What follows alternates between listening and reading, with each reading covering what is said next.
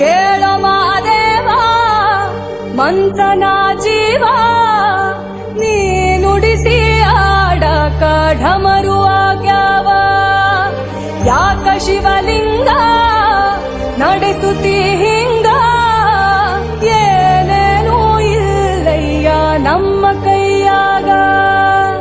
ಎಡವಿಸಿ ತಾಳ ಉರುಳಿಸಿ ದಾಳ ನಡೆಸಿದಿ ಬಾಳ ಶಿವ ಶಿವ ಶಿವ ಶಿವ ಶಿವ ಶಿವ ಶಿವ ಶಿವ ಶಿವನೇ ಹರ ಹರ ಹರ ಹರ ಹರ ಹರ ಹರ ಹರ ಹರ